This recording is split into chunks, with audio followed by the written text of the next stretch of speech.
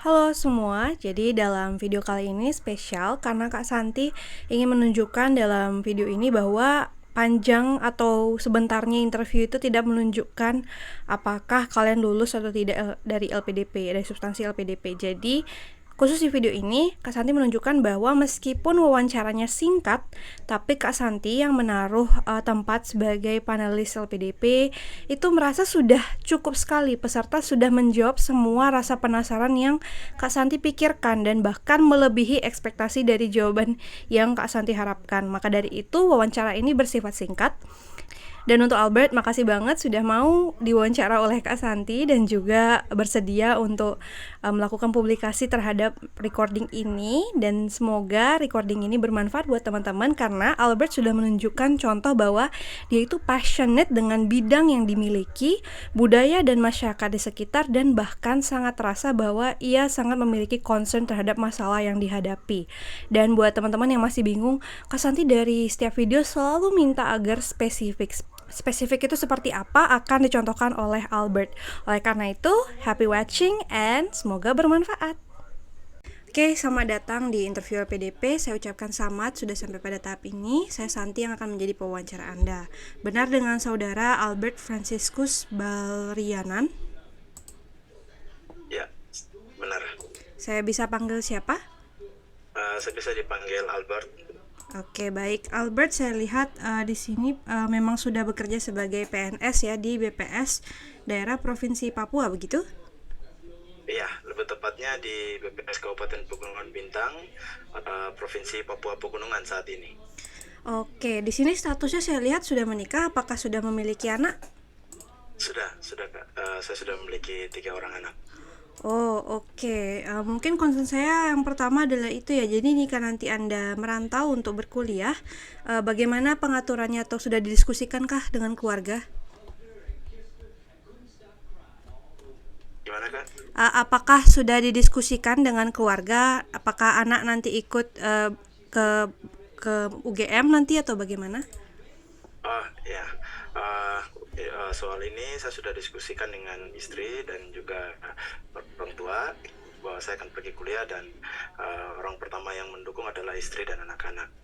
Dan mereka mengerti dengan keadaan ini bahwa saya harus melanjutkan studi karena ada hal-hal yang kita akan raih ke depannya. Oke, berarti Anda sendiri pergi merantau begitu ya? Iya. Oke, baik. Di sini saya mau langsung tanya karena di sini sudah berpengalaman bekerja cukup lama dan mengikuti banyak pelatihan di BPS Provinsi Papua. Yang Anda lihat itu sebetulnya masanya saya baca sulit gitu ya mencari data atau mengelola data sebagai statisi. Bisa dijelaskan masalahnya Anda lihat di mana sebetulnya? Yang pertama mungkin tidak ketersediaan data dari tingkat desa yang terkecil dan di kantor distrik. Tidak tersedia data juga itu data yang up to date maksud saya. Jadi data yang harus diupdate setiap tahun seperti ada kelahiran dan kematian itu jarang sekali kita dapatkan. Jadi data yang disiapkan di perangkat desa maupun di perangkat distrik itu bisa kita tarik benang merahnya, itu datanya sama selama 10 tahun kok sama-sama aja kayak gini. Nah terakhir waktu pada saat kegiatan Resosek, di mana kegiatan yang gabungan dari beberapa kementerian, ini sangat penting tentunya, di mana Kementerian Bappenas, Keuangan, Kementerian Dalam Negeri dan juga Badan Pusat Statistik yang pada saat itu sebagai pembina data melakukan kegiatan satu data dengan data awal. Data awal tuh yang dibangun sama-sama kementerian itu data Resosek. Nah di situ kita banyak menemukan banyak penduduk juga yang belum memiliki KTP, dan ada satu hal yang mungkin agak sedikit fatal, yaitu pengkodean NIK di KTP yang sudah tercetak itu keliru karena tidak sesuai dengan tanggal, bulan, dan tahun lahir orang yang bersangkutan. Nah hal-hal ini yang sering saya ketemukan di lapangan. Sebenarnya sudah sering sekali temukan ini setiap tahun, namun agak sulit ya kita menjelaskan ini ke pihak pemerintah maupun pihak yang terkait karena mungkin ego sektoralnya masih cukup kental. Itu yang jadi. Oke. Oke, saya ingin dengar dari pendapat Anda, bagaimana apa yang terjadi di masa depan nanti jika hal ini terus berlanjut? Ya, yang jelas yang menurut saya kalau hal ini terus berlanjut otomatis uh, yang dirugikan itu adalah masyarakat ya kalau menurut saya karena mengenai identitas ini sangat penting karena kebetulan daerah Pegunungan Bintang itu berbatasan langsung dengan Papua Nugini, negara tetangga. Otomatis pemerintah harus segera mengcover masyarakat yang ada di sana karena apabila masyarakat Indonesia yang tinggal di daerah tempat saya bekerja ini tidak memiliki ID dan otomatis saya tidak tahu ini warga dari mana. Kita harus punya dasar sekali itu ID karena bantuan-bantuan dari pemerintah seperti bantuan kesehatan, pendidikan atau yang lainnya semua itu berdasarkan ID sekarang. Nah sekarang kalau masyarakat tidak memiliki ID bahkan kartu keluarga, bagaimana kita bisa buat satu kebijakan untuk membantu masyarakat? Sedangkan data dasar saja kita tidak punya. Itu yang saya lihat kalau ke depan masih seperti itu ya agak berat ya. Agak berat untuk kita Oke. menuju satu data. Oke, terbayang. Lalu solusi yang Anda tawarkan seperti apa? Baik, solusi yang saya tawarkan yang pertama pemerintah harus membuat satu model karena untuk saat ini internet itu sudah hadir sampai di desa ya. Sudah ada hampir 277 desa yang dimiliki oleh Kabupaten Pegunungan Bintang, hampir sekitar 252 desa yang sudah punya akses internet. Nah, saya rasa dengan perkembangan yang saya ikuti saat ini di Indonesia adalah pembuatan EKTP. Nah, pembuatan EKTP ini kalau lebih banyak disosialisasikan langsung oleh pemerintah, maka otomatis masyarakat di daerah pedesaan juga pasti akan berangsur-angsur akan mengurus KTP-nya, baik itu untuk tujuan anak-anaknya yang mau pergi kuliah keluar dari Pegunungan Bintang atau pergi sekolah keluar dari Pegunungan Bintang akan sangat banyak manfaatnya. Dan itu menurut saya sampai saat ini belum terlalu banyak dibuat dan itu yang mendorong saya untuk mau belajar lebih banyak lagi di saat saya kuliah nanti. Oke, selain itu saya lihat di sini Anda menyebutkan ingin membuat komunitas begitu ya. Bisa dijelaskan terkait komunitasnya ini? Ya, baik. Sebenarnya itu mungkin ke depan mungkin lebih tinggi lagi dari komunitas. Kalau untuk sekarang ini saya sudah punya satu grup WA dan juga ada Telegram di mana di dalamnya itu ada beberapa kepala desa dan juga beberapa kepala distrik dan itu pun di daerah yang sering saya ditugaskan. Jadi ada 4 distrik, 4 kecamatan. Nah, 4 kecamatan ini kebetulan agak berdekatan, jadi saya sering ditugaskan di daerah yang sering berdekatan. Jadi 4 distrik ini yang saya gabungkan, kepala-kepala distriknya, penanggung jawabnya, dengan kepala-kepala desanya. Jadi setiap setahun atau setiap ada survei dari BPS, saya sering berikan info ke mereka bahwa dari BPS ada survei ini, Pak Desa atau Pak Distrik tolong siapkan datanya dan tolong dilihat juga dengan misalnya contohnya di kesehatan itu data ibu hamil seperti itu. Saya pengen tahu setelah mereka mengirim data, jadi tugas saya ke lapangan nanti tidak cukup ringan karena hanya untuk memvalidasi kebenaran yang diberikan oleh kepala-kepala desa ini. Seperti itu. Dan harapan saya ke depan mungkin dari sekedar grup WA ini saya akan membuat satu komunitas yang mungkin lebih besar untuk di daerah Pegunungan Bintang dan juga untuk Papua ya. Oke. Komunitasnya ini berarti lebih ke menginformasikan lebih lanjut terkait survei atau mengisi data begitu ya? Atau ada rencana lain yang ingin Albert lakukan atau bagaimana? Sebenarnya di dalam grup WA yang sudah saya buat sejak tahun 2013 itu, sejak sensus pertanian tahun 2013 itu bermaksud bukan hanya sekedar sosialisasi Bu. Jadi di situ juga saya minta kepada kepala distrik dan juga kepala desa bahwa menyiapkan pemuda yang ada di desa terkait untuk dilatih, yang nantinya akan saya latih untuk menjadi mitra kerja dari Badan Pusat Statistik. Oke. Seperti itu, Mbak. Jadi tidak hanya sosialisasi, kita sering melatih.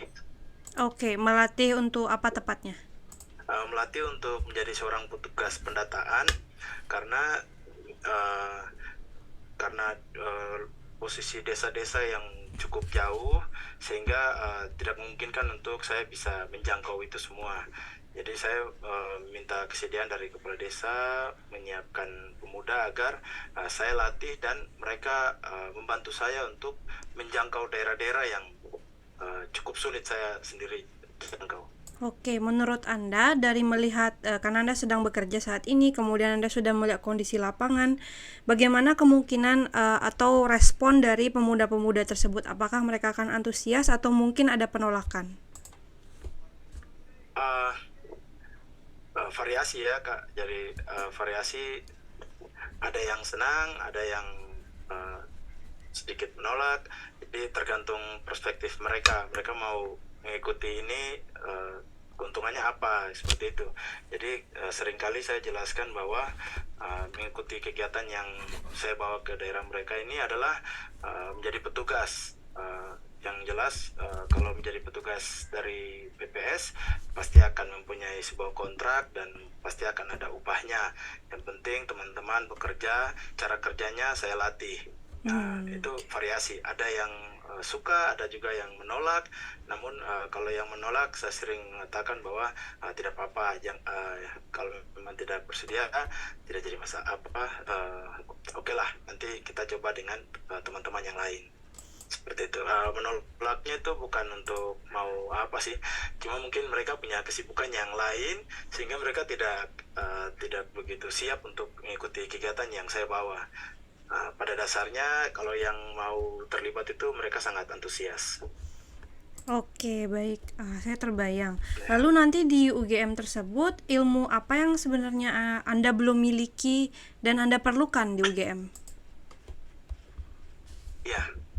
Uh, saya belajar dari selama saya bekerja ini, masalah yang sering kali saya hadapi adalah masalah pelayanan administrasi ya. Ini yang membuat saya terpicu untuk mau belajar tentang ilmu ilmu administrasi publik ini, di mana ada beberapa mata kuliah yang menurut saya sangat membantu saya nantinya. Salah satunya tentang uh, apa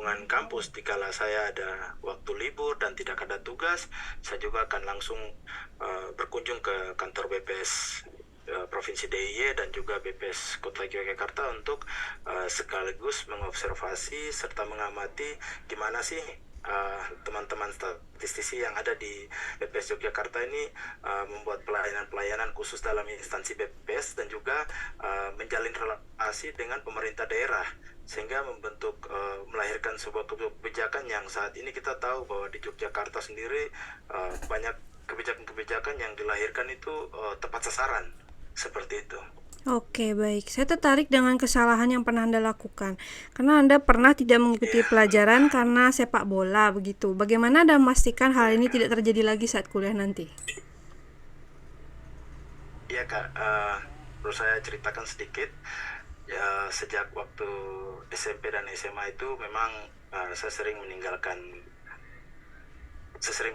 sekolah karena aktivitas saya di sepak bola. Namun ada hal yang membuat saya harus seperti itu karena minimnya biaya dari orang tua dan saya sendiri 3 beradik kakak dan saya anak kedua dan hidup cuma dengan mama dengan seorang ibu dan itu berat untuk membiayai 3 anak ini untuk harus sekolah dan saya terpaksa memilih untuk menyalurkan bakat saya lewat sepak bola karena saya tahu di sepak bola dapat membiayai sekolah saya hingga selesai dan itulah kenapa sebenarnya menjadi sebuah penyesalan namun saya punya tujuan adalah sepak bola bisa membiayai sekolah saya seperti itu kan. Oke, bisa dijelaskan sedikit bagaimana sepak bola bisa membiayai sekolah Anda? Ya, jadi waktu itu ada sebuah seleksi untuk Piala Bogasari dan Piala Suratin Cup dan sebuah klub Persipura Jayapura, klub lokal di Jayapura saat ini menawarkan sebuah seleksi dan dibuka kompetisi umum antar SMP dan SMA. Kebetulan saya waktu itu masih SMP dan saya mengikuti program ini karena saya tahu bahwa seluruh biaya pendidikan kami akan ditanggung oleh Persipura karena saya melihat kondisi di keluarga di mama keuangan cukup sangat kurang dan di situ saya tidak mau menyusahkan ibu lah jadi saya nekat latihan berjuang dan akhirnya bisa terpilih dan setelah masuk saya langsung diminta data-datanya sekolah di mana kelas berapa langsung diurus sama pengurusnya dan dari SMP kelas 2 sampai kelas 3 langsung dibayar lunas jadi saya cuma tahu ke sekolah seperti itu dan itu juga waktu di SMA pun sama saya terpilih masuk dalam sebuah klub pembinaan dari Provinsi Papua PPLP Pusat Pelatihan Pendidikan Pelajar. Nah di situ pun sama waktu tingkat SMA saya dibiayai dari kelas 1 sampai kelas 3 dan lulus semua biaya sekolah saya ditanggung oleh pemerintah dalam hal ini sepak bola. Wah, seperti itu kan. Oke, luar biasa sekali. Ini saya juga lihat Anda tuh sangat berkaitan erat dengan komunitas di Pegunungan Bintang ya. Apakah ada budaya tertentu yang unik di sana? Ya, budaya yang unik tentunya kita punya ini ya kalau di pegunungan tuh punya sebuah salam yang paling khas menggambarkan kedekatan emosional kita. Jadi kalau mau saya contohkan tuh kayak gini Kak. Jadi kayak itu sudah sebuah hal yang biasa. Mau dia orang Jawa, orang Batak, orang Kalimantan, kalau sudah di Papua, apalagi di daerah pedalaman, kita harus mempunyai salam yang seperti ini Kak. Itu salah satu budaya yang menurut saya sangat baik dan juga sekian lama di tempat kerja membuat saya harus belajar tentang bahasa daerah dan khusus di Pegunungan Bintang mempunyai 2 suku besar, suku Ngalum dan suku Ketengban, di mana kedua bahasa daerah ini agak sedikit berbeda. Jadi mengharuskan kami pegawai yang bekerja di sana bisa paling tidak menguasai beberapa kalimat-kalimat yang dari suku Ngalum dan juga beberapa kalimat-kalimat dari suku Ketenban. Sudah menjadi ini ya Kak, Besan. Oke, apakah bahasanya berbeda? Mungkin bisa dicontohkan dari suku Ngalun dan Ketembang, mungkin satu kata yang berbeda begitu diucapkannya. Oh ya, jadi kalau ucapan kalau bahasa Indonesianya itu terima kasih, tapi kalau di bahasa Ngalum itu yum yep mum. Nah, sedangkan kalau di bahasa Ketemban itu telep. Oh, Jadi oke. ini sudah berbeda, tapi maksudnya itu sama. Terima Hmm. kasih atau salam seperti itu. Oh, oke. Berarti cukup berbeda ya. Saya kira mirip-mirip. Berbeda. Apakah suku Ngalum dan Ketembang ini tidak memahami bahasa satu sama lain atau mereka sebetulnya paham atau tidak lancar saja begitu? Ah, tidak Kak. Jadi sebenarnya mereka paham. Mereka paham, cuman mungkin dari turun temurun mereka sering mengajarkan ya. Ini suku Ngalum, bahasa dan dialek dari sini itu Ngalum. Sedangkan bahasa dan dialek dari sini itu Ketengban. Jadi kalau biasanya yang lebih paham itu adalah orang-orang tua. Orang-orang tua yang memang mereka secara langsung punya hubungan emosional. Jadi ada karena mereka kawin kawin campur dari suku ini pergi ke sana, suku ini kawin. Jadi kebanyakan orang tua yang lebih tahu. Kalau untuk anak-anak muda paling beberapa saja. Oke. Apakah perbedaan bahasa ini terkadang mempengaruhi jika Anda melakukan survei data? Ah, ya kalau terkait bahasa sebenarnya tidak ya. Bagi saya tidak, karena masyarakat di daerah pedalaman sendiri pada dasarnya mereka paham benar dengan bahasa Indonesia. Paham benar, namun sebagai bentuk keterikatan emosional dengan masyarakat di daerah, paling tidak kami yang bukan berasal dari situ dengan menggunakan bahasa mereka, mereka menyambut kita tuh seperti anak sendiri atau keluarga. Dan hal itu yang saya sering ajarkan kepada adik-adik saya di kantor dan juga beberapa teman yang tentunya bukan dari Papua. Saya ajarkan bahwa paling tidak ada 1-2 kalimat yang kalian harus paham, karena kita memiliki 2 suku besar, harus tahu cara salam dan juga harus tahu cara berteman, karena tapi pada dasarnya mereka paham dengan bahasa Indonesia. Oke, oke. Saya ingin tahu jika nanti diterima kuliah untuk S2, apakah Anda akan resign atau minta tugas belajar? Oh, sebelum mendaftar beasiswa LPDP ini juga PGBPS itu sudah harus membuat izin belajar terlebih dahulu. Oke. Sebenarnya bukan izin belajar sih. Izin belajar itu nanti setelah kita dinyatakan lulus, Oke. baru kita urus. Tapi ini sebagai surat pemberitahuan, karena ini jenjangnya S2, jadi harus sampai di level Pusdiklat di Jakarta, BPS Jakarta, mereka harus mengeluarkan rekomendasi bahwa kita sedang mengikuti tes beasiswa, dan nantinya setelah lulus barulah dinyatakan lulus oleh LPDP, barulah kita menghubungi kampus, mendaftar dan sebagainya. Sebelum mendaftar pun harus membuat surat tugas belajar seperti itu. Setelah tugas Oke. belajar itu keluar dengan surat pengantar dari LPDP bahwa kita diterima beasiswanya, nanti dari BPS Pusdiklat itu mengeluarkan surat izin belajarnya. Nah, setelah itu keluar semua, baru kita boleh berkuliah. Oke, berarti nanti aman ya. Berarti nanti setelah S2 akan kembali ke tempat bekerja sekarang? Ya, pasti. Saya harus kembali karena saya merasa selama bekerja kurang lebih 15 tahun di Pegunungan Bintang masih banyak yang belum saya buat ya. Salah satunya berbeda dengan di daerah kota. Ini contoh seperti di kota nih mudah ya, kita membuat KTP, membuat kartu keluarga itu sangat mudah karena aksesnya ada, jalannya lengkap. Berbeda dengan di daerah Pegunungan Bintang, tempat selama ini saya bekerja di sana mengabdi, bahwa masih jauh tertinggal, dan saya berharap saya bisa dapat memberikan hal yang positif banyak lagi untuk daerah itu. Sebelum nanti ada juga saatnya pasti begitu ada tugas dari atasan yang mengharuskan bahwa saya harus pindah, ya saya harus ikuti itu, karena seluruh pegawai BPS ini kami kantor vertikal, kami harus siap di mana saja kami ditempatkan. Oke, baik. Oke, saya rasa sekian dari saya. Apakah ada yang ingin disampaikan pada kami? Ya, baik Kak. Saya berharap dengan saya berkuliah nanti, melanjutkan pendidikan di jenjang S2 ini, saya akan banyak memberikan dampak kepada orang lain, tempat di lingkungan saya bekerja dan juga di keluarga. Dengan hadirnya LPDP, beasiswa afirmasi putra putri Papua ini menjadi menjadi solusi yang sebenarnya kami tunggu dari dulu, beasiswa seperti model ini.